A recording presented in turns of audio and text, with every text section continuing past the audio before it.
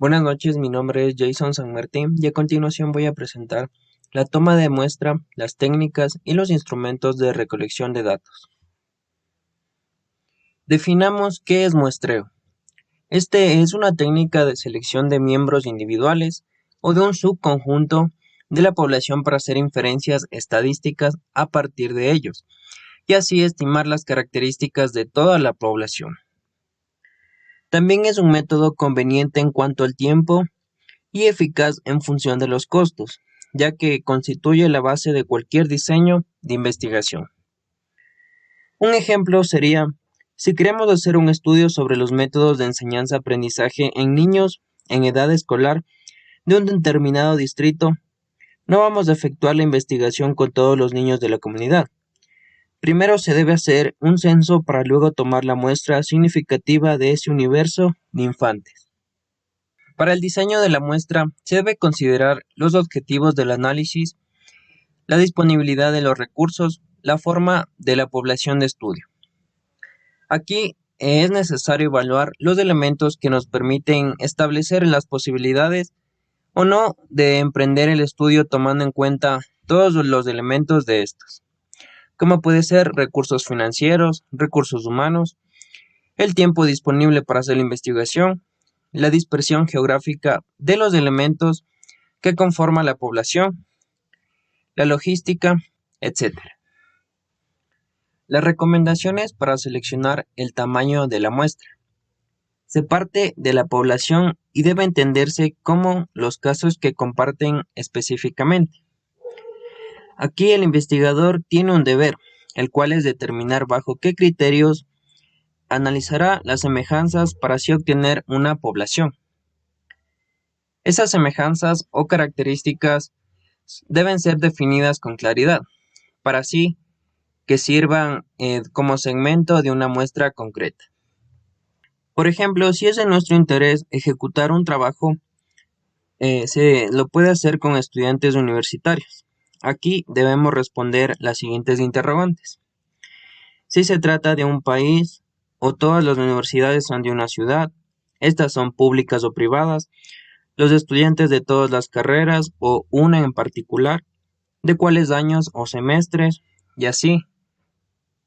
Una vez que hayamos filtrado el universo posible hasta dar con nuestra población de estudio, vamos a elegir un subgrupo que será nuestra muestra, y en donde si la población tiene muchas especificaciones detalladas, quizás se debe hacer un censo. Finalmente, varios autores nos señalan que para los estudios sociales se debe tomar un aproximado del 20 o el 30% de la población, para así tener una muestra con un nivel elevado de representatividad. También tenemos tipos de muestreo, como los muestreos probabilísticos. Estos son una técnica donde el investigador elige muestras de una población grande, utilizando el método basado en la teoría de probabilidad. Este método considera a todos los miembros de la población y forma muestras basadas en un proceso fijo. Como ejemplo tenemos, en una población de 1000 miembros, cada miembro tendrá una probabilidad de 1 sobre 1000 de ser seleccionado para formar parte de una muestra. Entonces, este eliminará el sesgo que existe en la población y dará oportunidad a todos de una manera justa. Como ventajas, reduce el sesgo de la muestra, permite tener una población diversa, ayuda a los investigadores a planificar y crear una muestra precisa. Asimismo, tenemos muestreos no probabilísticos. Este implica una recopilación de la información basada en la capacidad de selección de muestras de un investigador o estadístico, y no en un proceso de selección fijo, lo cual dificulta a que todos los elementos de una población tengan las mismas posibilidades de ser incluidos en la muestra. Por ejemplo, queremos realizar un estudio de unos miembros de una secta secreta. De inicio no se conoce a los miembros de esta secta. No se conoce a todos los sujetos y estos tienen probabilidad cero de estar en la muestra. Sus ventajas son que sirve para crear una hipótesis cuando se limita a no disponer de información previa. Se utiliza ampliamente esta técnica para las investigaciones cualitativas y se la utiliza cuando hay limitación de presupuesto y de tiempo. Es por eso que para elegir un tipo de muestreo para nuestra investigación, esta depende de los objetivos del estudio, del esquema de la investigación y del alcance de sus contribuciones. También depende de varios factores. Las técnicas e instrumentos de recolección de datos. Los criterios para su construcción y elaboración. Primer punto, la naturaleza del objeto de estudio. Las posibilidades de acceso con los investigados. El tamaño de la población o muestra. Los recursos con los que se cuenta. La oportunidad de obtener datos. El tipo y la naturaleza de la fuente de los datos. Entre sus principales técnicas de recolección de datos está el análisis documental, el cual recolecta datos de fuentes secundarias como libros, revistas, folletos y periódicos.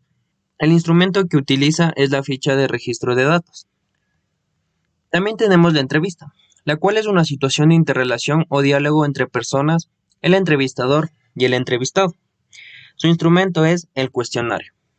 Otro también es la observación experimental, donde se elabora datos en condiciones relativamente controlados por el investigador, particularmente donde se puede manipular la o las variables. Utiliza como instrumento la hoja o ficha de registro de datos. También tenemos la observación no experimental, donde se usa esta técnica para profundizar en el conocimiento del comportamiento de la exploración. Utiliza como instrumento la guía de observación o la guía de campo. Otro instrumento muy importante es la encuesta, la cual es utilizada en la investigación cualitativa, mediante un cuestionario que permite llegar de manera más fácil hacia los sujetos de la muestra.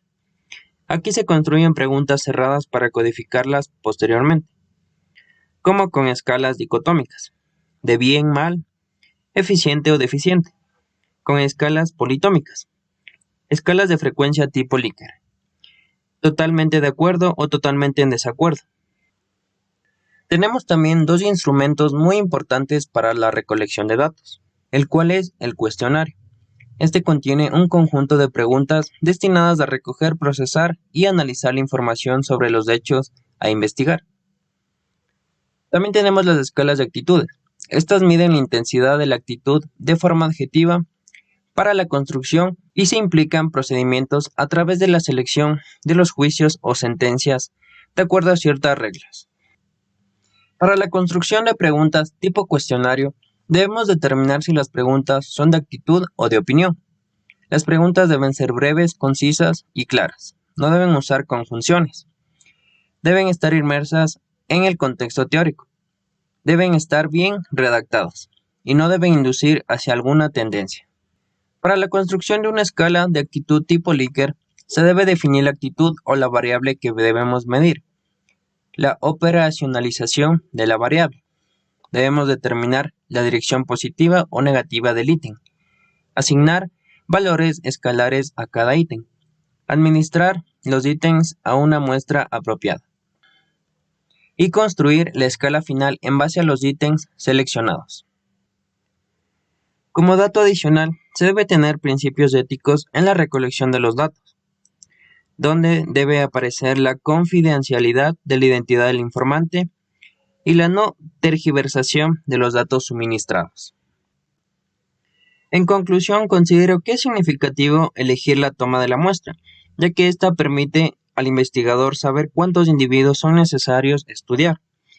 También nos puede servir para evitar los sesgos de selección muestral y así ofrecer verificabilidad al estudio realizado.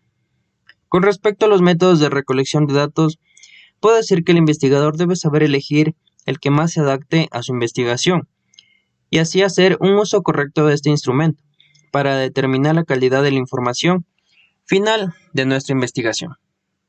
Gracias por su atención.